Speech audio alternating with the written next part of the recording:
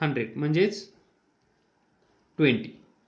त्याचप्रमाणे 0.3 असेल तर 30 युनिट्स, 0.4 असेल तर 40 युनिट, 0.5 असेल तर 50 युनिट, 0.8 असेल तर 80 युनिट्स, 0.9 असेल तर 90 युनिट्स.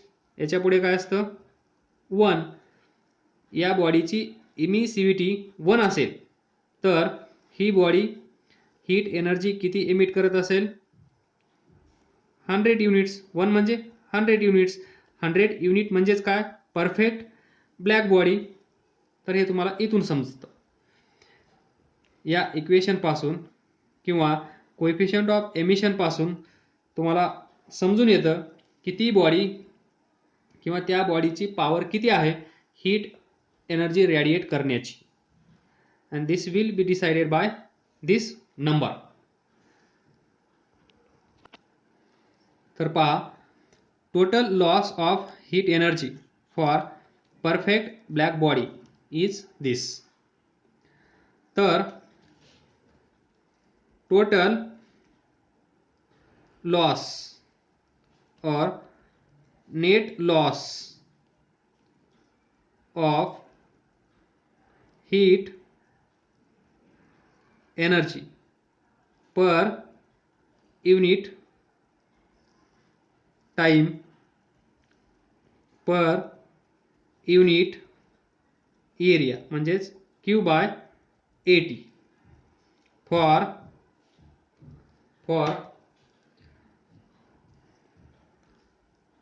ordinary body. काय करणार simply multiply this equation by this E, small letter E, that is emissivity किंवा coefficient of emission. He body किती हीट एनर्जी देऊ शकते हे सांगणारा नंबर हा. तर ऑर्डिनरी बॉडी म्हणजेच जी बॉडी ब्लॅक नाहीये त्या बॉडीला तुम्ही म्हणजेच परफेक्ट ब्लॅक बॉडीचं जे इक्वेशन आहे त्या इक्वेशनला म्हणजेच पहा ही व्हॅल्यू म्हणजेच 100. परफेक्ट ब्लॅक बॉडी म्हणजेच 100%. तर याच नंबरला आपण काय करणार रिड्यूस करणार. कारण ऑर्डिनरी बॉडी कधी पण काय करत असते नेट लॉस किती असेल लेस दॅन दिस. तर पहा Q is equal to sigma A T raise to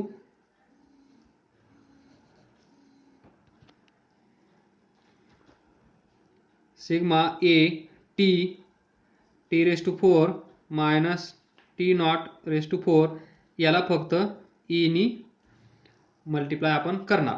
म्हणजेच हा नंबर असेल 100, हा नंबर असेल 0.2. तर आन्सर काय येईल 20. In this way simple logic. हे पाठीमागच्या लेक्चरमध्ये पण डिस्कस केलं आहे. तर पहा we get net loss of heat energy per unit time per unit area for ordinary body. We can find this net loss by using this equation. त्याचप्रमाणे आपण net loss in power for ordinary body सुद्धा find करू शकतो. This is net loss in power for perfect black body. So Q/AT, that is power, is equal to sigma t raised to 4 minus sigma t naught raised to 4 लिया for perfect black body net loss. तर net loss for ordinary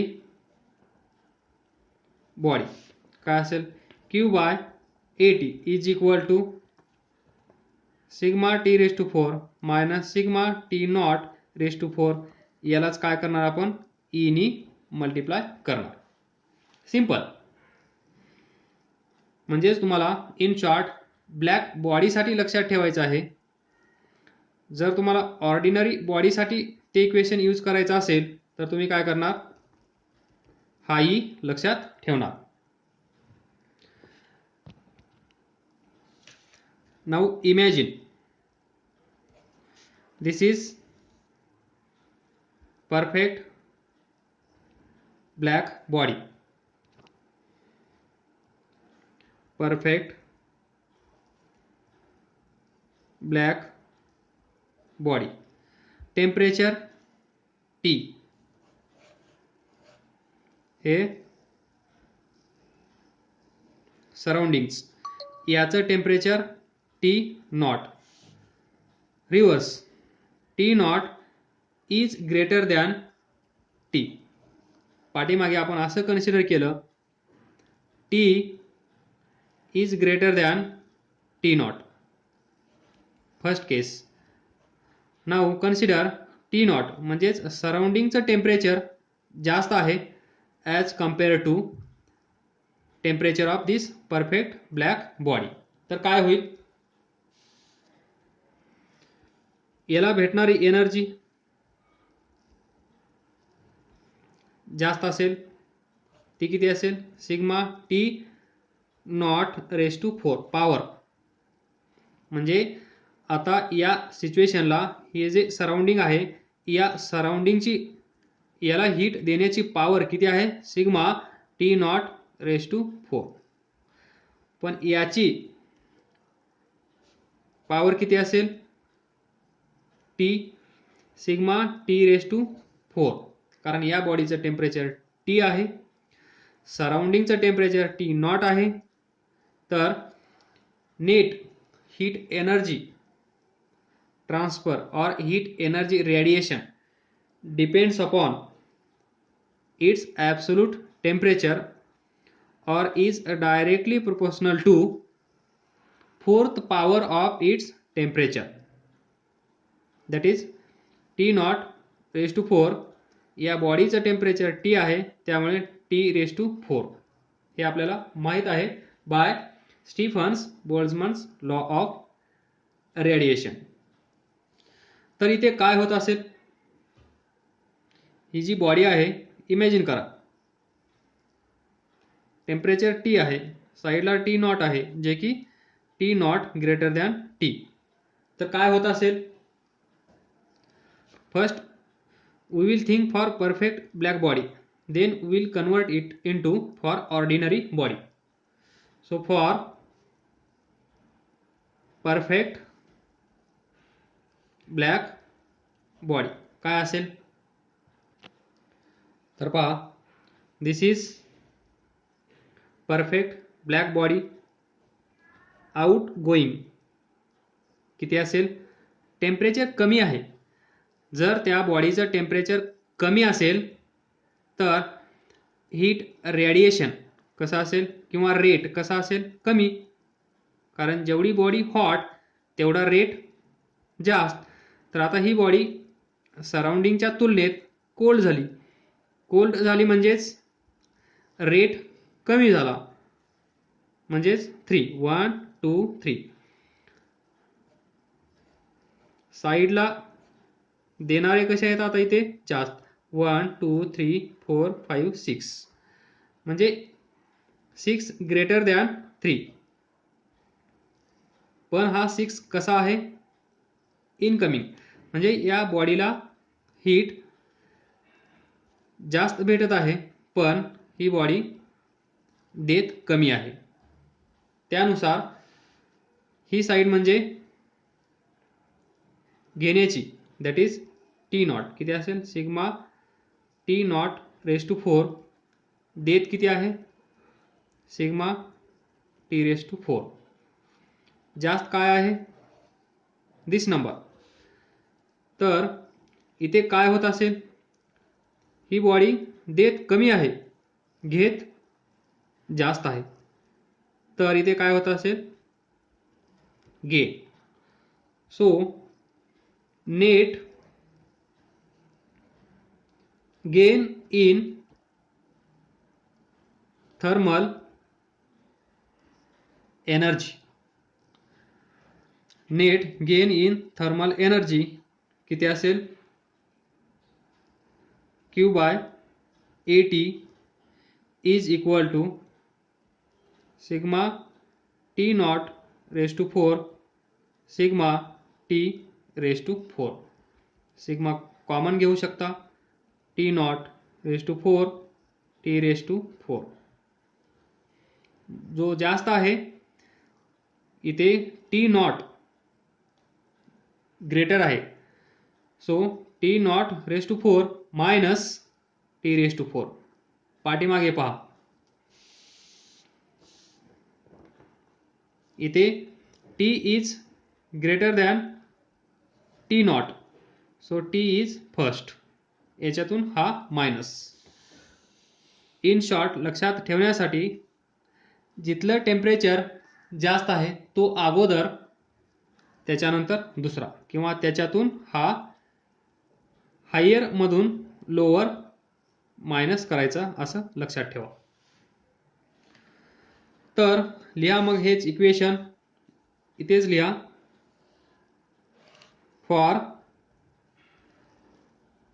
ordinary body काय असेल, net gain in thermal energy Q by AT is equal to, हेच equation लिहायचं जे black बॉडीच आहे, sigma T naught raise to 4 minus T raise to 4.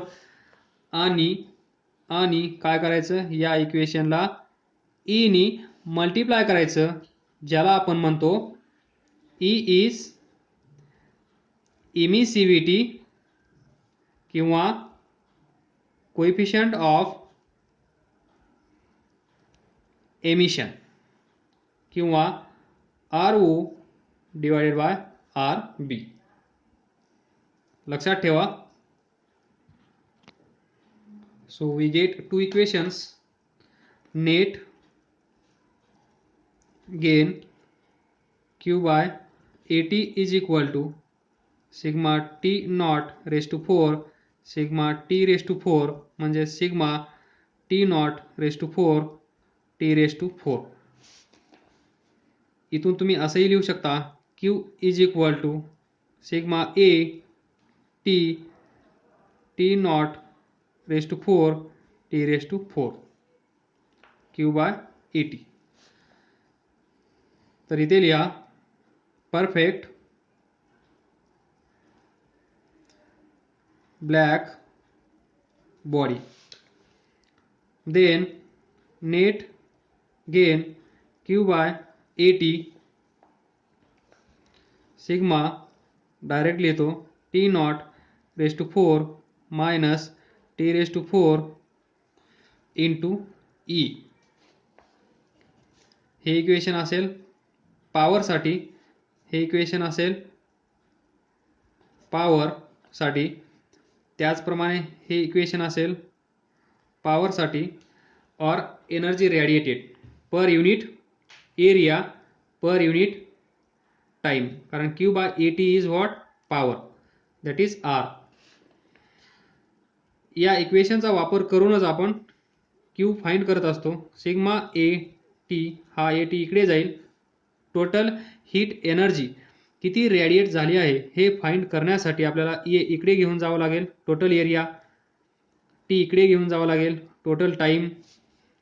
तर T naught raise to 4 minus T raise to 4 into E.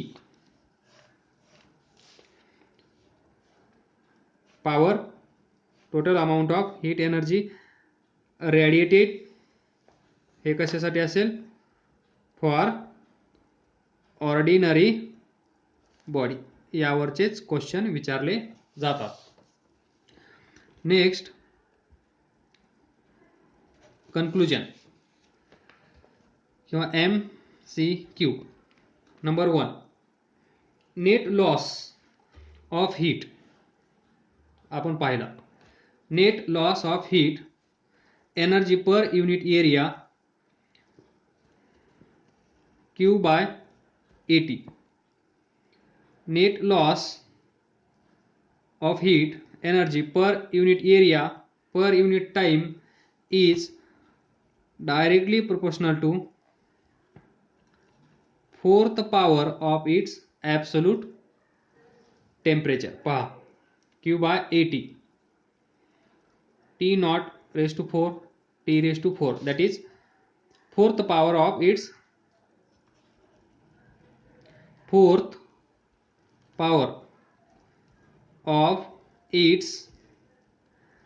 absolute temperature. Second, it will decide thermal equilibrium. तर पहा इथे दोन बॉडी आहेत, एक सराउंडिंग आणि एक आपण त्या सराउंडिंग मध्ये ठेवलेली बॉडी. या दोघांमध्ये हीट ट्रान्सफर होऊन काही वेळानंतर काय तयार होईल? Thermal equilibrium. म्हणजेच दोन बॉडीचं टेम्परेचर सेम होईल. त्यालाच आपण म्हणतो it will decide thermal equilibrium. त्यानंतर थर्ड, इफ टी जर आपण डबल केला तर काय होईल? आपल्याला माहित आहे R is equal to Q by AT is equal to sigma T raise to 4. जर T डबल केला तर काय होईल? सिग्मा T ची value double 2T raise to 4, 2 raise to 4 किती येईल? 16 into sigma T raise to 4. पहा sigma T raise to 4, sigma T raise to 4 हे काय आहे? Initial power. तर जर आपण टेम्परेचर डबल केलं तर काय होईल? पॉवर कितीनी वाढेल? Power will increase by 16 times. here 16 times. Power will be increased by 16 times. Next, MCQ. What happens if we make rate, that is power rate is equal to 2 times first, that is double, that is R2 is equal to 2 R1. पहिल्यापेक्षा rate जर आपण double केला तर काय होईल? we know that R is equal to Q by AT is equal to sigma T raised to 4. From this, R is directly proportional to T raised to 4. From this we can write R2 divided by R1 is equal to T2 divided by T1 याची power 4 याची power 4. तर आपण काय केलं आहे? इथे rate double केला आहे. म्हणजे पहिली ही बॉडी होती 2 युनिट्स देत असेल तर आता आपण काय केलं? हे 2 1 2 3 4 नाउ 4 युनिट्स. पहिली बॉडी म्हणजे सुरुवातीला 2 युनिट देत होती, तर ती बॉडी आता 4 युनिट्स देत आहे. म्हणजेच काय झालं? डबल. म्हणजेच R2 याची पॉवर डबल झाली. म्हणजेच R2 is equal to 2 R1. तर इथे लिहा 2 R1 divided by R1 is equal to T2 upon T1 raise to 4. R1 cancel.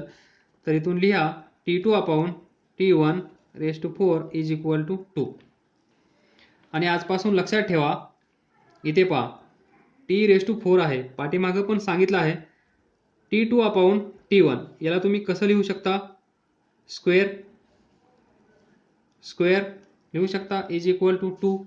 म्हणजेच या टॉपिकमध्ये अशी पॉवर 4 दिसल्यानंतर तुम्हाला काय करायचं आहे, जर उजव्या साईडला नंबर असेल तर दोनदा स्क्वेअर रूट काढायचा आहे. 2 times take 2 times square root. एकदा स्क्वेअर रूट घेतल्यानंतर हा 2 गायब होईल, त्यानंतर अजून एकदा स्क्वेअर रूट घेतल्यानंतर हा 2 गायब होईल आणि तुमच्याकडे शिल्लक असेल सिंपल T2/T1. मग तुम्हाला T2 भेटेल. त्याच वेळेस या साईडचं पण तुम्हाला 2 वेळेस स्क्वेअर रूट काढावं लागेल. तर √2 याची व्हॅल्यू लक्षात ठेवा 1.189. √2 किती असते? 1.41. परत 1.41चं स्क्वेअर रूट घेतल्यानंतर तुम्हाला भेटेल 1.189. म्हणजे T2/T1 आपल्याला भेटेल 1.189 एवढं. दोनदा स्क्वेअर रूट, एकदा हा गायब होईल, पुढच्या स्टेपला हा गायब होईल.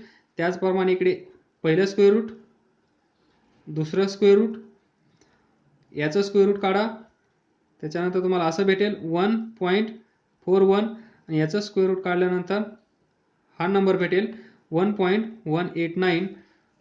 लेफ्ट साईडला असेल T2/T1.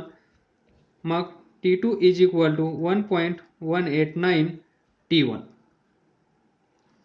तर इथे लिहा what happens if we make rate double at room temperature. मग room temperature T1 that is room temperature किती असेल? 300 degree Kelvin, 27 degree Celsius. Convert केला डिग्री केल्विन मध्ये, तर 1.189 इंटू 300 आणि यांचा प्रॉडक्ट येतो 356.76. पहा T2. T1 किती होता? 300 केल्विन. T2 किती आला? 356.76. तर सांगायचं हे आहे की जर आपण रेट डबल केला 2R1, रेट काय केला आपण? डबल, तरी पण टेम्परेचर पहा, टेम्परेचर किती इन्क्रीज झालं त्या बॉडीचं. ही जी बॉडी आहे या बॉडीचा आपण रेट काय केला होता? डबल. या बॉडीचा रेट डबल केला तर या बॉडीचं टेम्परेचर कितीने इन्क्रीज झालं? 356 मायनस 300 56.76 एवढं, म्हणजेच 57 डिग्री केल्विन. म्हणजे लक्षात हे ठेवा, ज्यावेळेस ही बॉडी काहीतरी पॉवर एमिट करत असेल, ती पॉवर जर आपण डबल केली तर त्या बॉडीचं टेम्परेचर किती वाढत असतं? कितीनी वाढत असतं? 57 degree kelvin. This is MCQ. See question number 476. Solid sphere cools at rate of 2.8 degree Celsius per minute. Cooling होत आहे म्हणजे हा स्फिअर थंड होत आहे एका मिनिटाला 2.8 डिग्री सेल्सिअसनी. Wien its temperature is 127 degree Celsius. त्याचं टेम्परेचर किती आहे? 127 degree Celsius. Find the rate at which another solid copper sphere of twice the radius loses its temperature at 127 degrees Celsius. In both cases, the room temperature, that is surrounding temperature, is maintained at 27 degree Celsius. तर पहा cooling rate, that is he body आहे, ही heat energy देत आहे. जर ही heat energy देत असेल तर या बॉडीचं टेम्परेचर कमी होत असेल, दॅट इज कूलिंग. तर पहा this is R1. So R1 is 2.8 degree Celsius per minute. पहा या क्वेश्चनचे सर्व ऑप्शन्स पर मिनिटमध्ये आहेत, त्यामुळे आपण हे पर मिनिटच ठेवणार. आपल्याला फाइंड करायचं आहे R2, दुसऱ्या सॉलिड स्पिअरचा रेट कूल होण्याचा, ज्याचं टेम्परेचर पहा हा पहिला स्पियर, याचा रेट किती आहे, R is equal to 2.8 degree Celsius per minute. हा दुसरा स्पियर R2, R1 याचा रेट फाइंड करायचा आहे. याचं टेम्परेचर 127 डिग्री सेल्सिअस, याचं 127 डिग्री सेल्सिअस, पण याची रेडियस R1 असेल तर याची रेडियस R2 असेल अँड R2 इज 2R1. म्हणजे हा जो स्पियर आहे, हा स्पियर या स्पियरपेक्षा डबल मोठा आहे. तर आपल्याला माहित आहे कुठलीही बॉडी हीट रेडिएट करत असते आणि रेडिएट करत असताना ती कशावर डिपेंड असते, टेम्परेचर. तर हा पूर्ण सेटअप एका रूममध्ये ठेवला असं कन्सिडर करा आणि त्या रूमचं टेम्परेचर आहे 27 डिग्री सेल्सिअस. तर पहा मग या बॉडीसाठी R1 काय असेल, that is Q by AT काय असेल, सिग्मा T सराउंडिंग 27. या बॉडीचं टेम्परेचर जास्त आहे म्हणजे हा अगोदर T⁴, सराउंडिंग टेम्परेचर कमी आहे म्हणजे तो नंतर Ts⁴. आलं लक्षात इक्वेशन कसं लिहिलं, हे इक्वेशन तुमच्याकडे अवेलेबल आहे, T⁴ मायनस T⁴. त्याचप्रमाणे याच्यासाठी लिहा R2 is equal to Q by AT sigma. इथे पण सेम कंडिशन आहे, याचं टेम्परेचर 127 आहे, सराउंडिंग 27 आहे, याचं टेम्परेचर जास्त आहे म्हणजे हा अगोदर T⁴, हा असेल कॉपर, हा असेल सॉलिड स्पियर, सांगितलं नाहीये तर असंच ठेवा, T सराउंडिंग ⁴. तर पहा या प्रॉब्लेममध्ये तुम्हाला दिला आहे रेट. रेट म्हणजे काय असतो, Q बाय T. लक्षात ठेवा Q बाय T. ज्यावेळेस आपण टाइमनी डिवाइड करतो त्यावेळेस आपल्याला काय भेटतो, रेट. तर इथे पहा Q by T.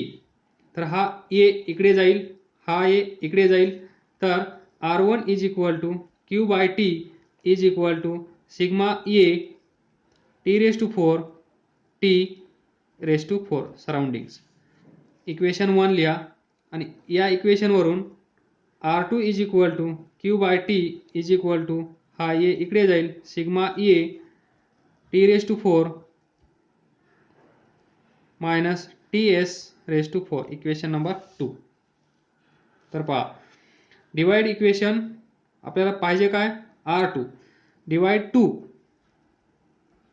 Divide equation 2 by 1. So R2 upon R1 is equal to, इथे पहा T किती आहे 127, या बॉडीचं 127, सराउंडिंग 27, सराउंडिंग 27, म्हणजे हा डिफरन्स इथला आणि हा डिफरन्स इथला सेम असेल की नाही, सेम असेल. 127 मायनस 27, 127 मायनस 27, मी इथे याला कन्वर्ट केलेलं नाही आहे कारण हे कॅन्सल होणार आहे. अदरवाईज तुम्हाला हे 300 केल्विन घ्यावं लागेल. हे 300 केल्विन, हे किती असेल 400 केल्विन, हे किती असेल 400 केल्विन.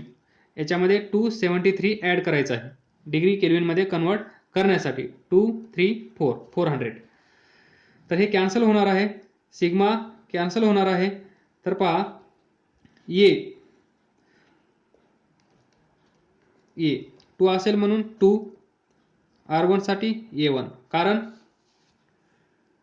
हा 1 हा 2, कारण याची रेडियस आणि याची रेडियस सेम नाही आहे त्यामुळे. तर ए इज व्हॉट, सरफेस एरिया. हा जो स्पियर आहे याचा सरफेस एरिया किती असतो 4 पाय R2 स्क्वेअर, दुसरा 4 पाय R1 स्क्वेअर, 4 पाय cancel, so R2 square upon R1 square. तर R2 किती आहे डबल, इथे पहा R2 is equal to 2R1 ठेवायचे, 2R1 square divided by R1 square. तर R1 स्क्वेअर कॅन्सल, किती असेल इथे 4. तर R2 डिवायडेड बाय R1 किती आला 4. म्हणजेच इथून लिहिता येईल R2 is equal to 4R1 and this is the answer. याचा रेट कितीनी इन्क्रीज होईल 4 टाइम्स ऑफ फर्स्ट. याचा सरफेस एरिया वाढवला, सरफेस एरिया वाढवला म्हणजे हीट बाहेर जाण्यासाठी स्पेस जास्त अवेलेबल झाला. Rate directly proportional to area. इथे एरिया वाढल्यामुळे हे फास्ट कूलिंग होणार. मग याचा रेट किती असेल पहा इथे 4 टाइम्स R1 म्हणजे 4 इंटू 2.8 किती येईल हे 11.2 डिग्री सेल्सिअस पर मिनिट. लक्षात ठेवा, नाही समजलं असेल तर विचारा. तर इथे हे लेक्चर संपत आहे. अभ्यास करत राहा, पुढे जात राहा. All the best. थँक्यू.